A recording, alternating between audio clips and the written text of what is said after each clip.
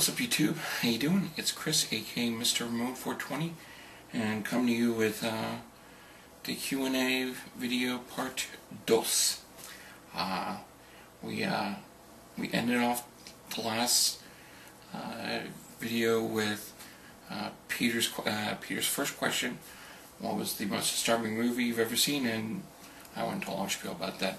So let's kick off to question number 2. Chris, what killer do you prefer, Freddy or Jason? Well, didn't they do this movie a few years ago where Kelly Rowland's got her fucking head smashed in? Oh, Dad. Definitely one of the best parts of the film. I'm gonna go with Jason. You know, he's just a fucking machine.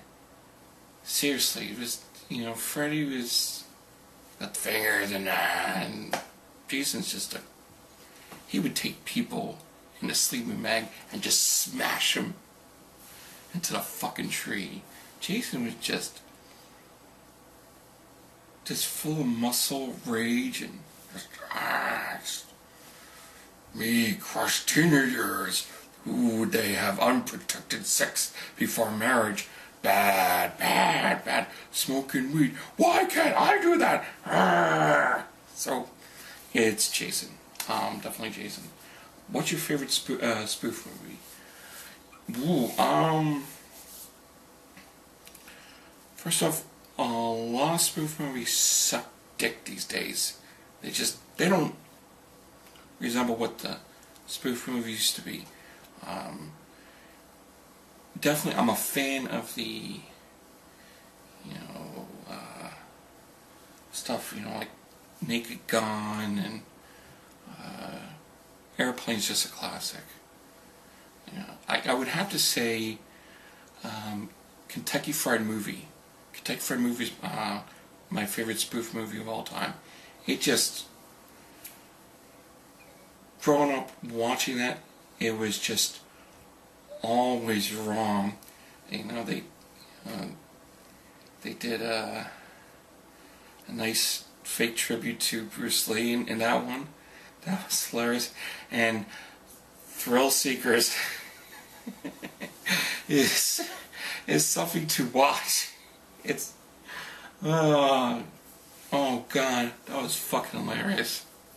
I remember one scene. They got the singer Steven Bishop goes up to a girl and she tells him, "Show me your nuts."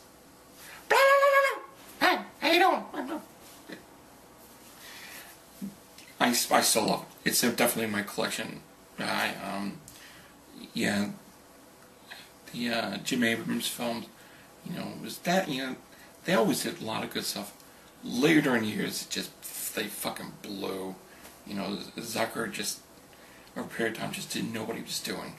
But the 70s and 80s, for Zucker and Abrams together, fantastic. So it's definitely a Kentucky Fried Movie. And if you guys have seen it, you probably know what I'm talking about. A second place running is Amazon Women on the Moon. So, Peter, thank you for those questions. I really appreciate it.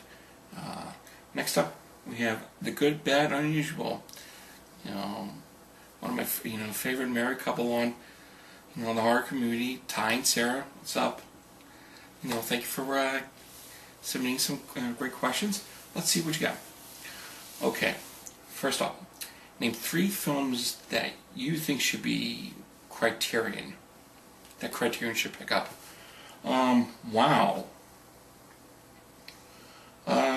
Okay. You know what? I got 2 that are in my collection that I wish there were, and 1 that it's kind of hard to get my hands on. First off, Fargo. I've always loved that film. Fargo has that sense of ability to where they know they were making a comedy out of just a sad situation, and there's so many things that they could do with it. It just could be a 2-disc collector's edition, and the box would be just fantastic with the white snow, and maybe it would have an introduction from a Minnesotan that you could talk about. So Fargo would be the first one. Second one would be, not a lot of people know about this film. Those that do understand why I believe it should be. It's a really, really Brian De Palma film called Phantom of the Paradise. Stars Paul Williams, William Finney, and Jessica Harper, who's in Suspiria. It's basically the whole idea of the Phantom of the Opera, but in the story of Faust, soul to soul of this devil. It was made back in the 70s. I forget what year. It was an astounding soundtrack. Just a fun film to watch. It's one of those films that I could turn on at night and leave it on the DVD player and fall asleep to it. I don't know how many times I've watched it. It gives that great feeling that everything's going to be alright.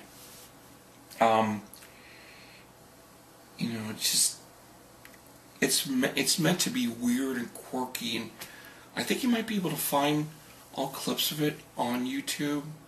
If not, you can get it pretty cheap at times. But that's also my collection. I love that film. I could never get enough of it, and especially they could do it two discs. First disc, of the film, and maybe audio commentary by Paul Williams and Brian De Palma. The second one is it's a cult hit, and they've gone together. The cast, every once in a while they'll do an anniversary show in a certain place, and I've seen clips of it, and it looks like a fun time. Definitely they could do that. So yeah, Phantom of the Paradise would be fun to watch. And it's a quirky little film. And the third one, I'm not sure if many people would agree, but this is one I saw last year, and I said, it's not getting the recognition that a Serbian film is. Because it was made at the same time, and it's as good of a story as the other one. I don't know if it's as great, but it's still a good film to watch. It's the Life and Death of Porno Gang. It was also made in Serbia at the same time. Now, the director of a Serbian film made it seem like I'm portraying this film to show the atrocities of war, and, the bad things that's been going on in our land. I never got that when I saw it. Watching the Life and Death of a Porno Gang, I so understood. It was there to show, because it was basically giving you a timeline of when Serbia was just shit. It was like after the huge war and the genocide. It showed the damage, what happened to the land, to the people. It really was like the rape of the land, and it shows. It's really a good story. I liked it all around. It's pretty graphic. It's actually, it's more graphic than a Serbian film. I mean, there is a difference between the two. There isn't a Nordborn porn, I'm not going to say. But this one, there's a lot of viciousness to it. So, I would absolutely pick my third one would be The Life and Death of Porno Gang. That's a great question, man. Oh man, there's so many films I would love. If you could go any place in the world, where would you go? Amsterdam. That would be my first place. I've always wanted to go to Amsterdam. Just for the tours, to walk around, hey, look at all those lovely red lights, and oh, these girls are really nice. They want us to come on in. They want us to, oh boy, smells like Gastroglide in here. You didn't clean the place, did you? No, siree. And of course the coffee shops. There you can just go in and say you're hungry for a brownie or a cookie or a nice big bowl of weed. It's there for you. So Amsterdam would be one. Another one, a second, would be Hong Kong. You know, I've always had a fascination, for the place, and plus, big fan of the martial arts, and just see what it looks like now. Because I remember in '97 when everything changed over, and that's when everything just occurred. But Amsterdam would be the first one. The final one. If you could buy any DVD, Blu-ray set, and it would be free, what would you pick? Damn, that is. Well, for DVDs, for TV, two. I would pick two. For TV, The Sopranos. Love The Sopranos. Could never get enough of it.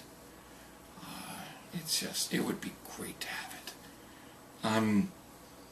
Live and die for that show. The movies, the movie box set, and I know this doesn't exist, but I really would love it to exist. All the movies that John Carpenter did from 1978 until 2000 and Steelbook. Ooh, Steelbook. All of them in Steelbook. Oh, and they're all nice and shiny, and hopefully the pictures doesn't suck, but yeah, every John Carpenter, because after a period of time, well, if anyone could tell me when Escape from LA came out, if it came out before 2000, which it probably did, then before that, because that Ghost to Mars was dog shit, and then Escape from LA was fucking horrible. Ooh, shit. God. Yeah, so yeah, that's those are my answers for right now, and I'll come back with part 3. I'm going really slow on this shit. Rate, comment, subscribe, and don't drink the Kool-Aid. Bye.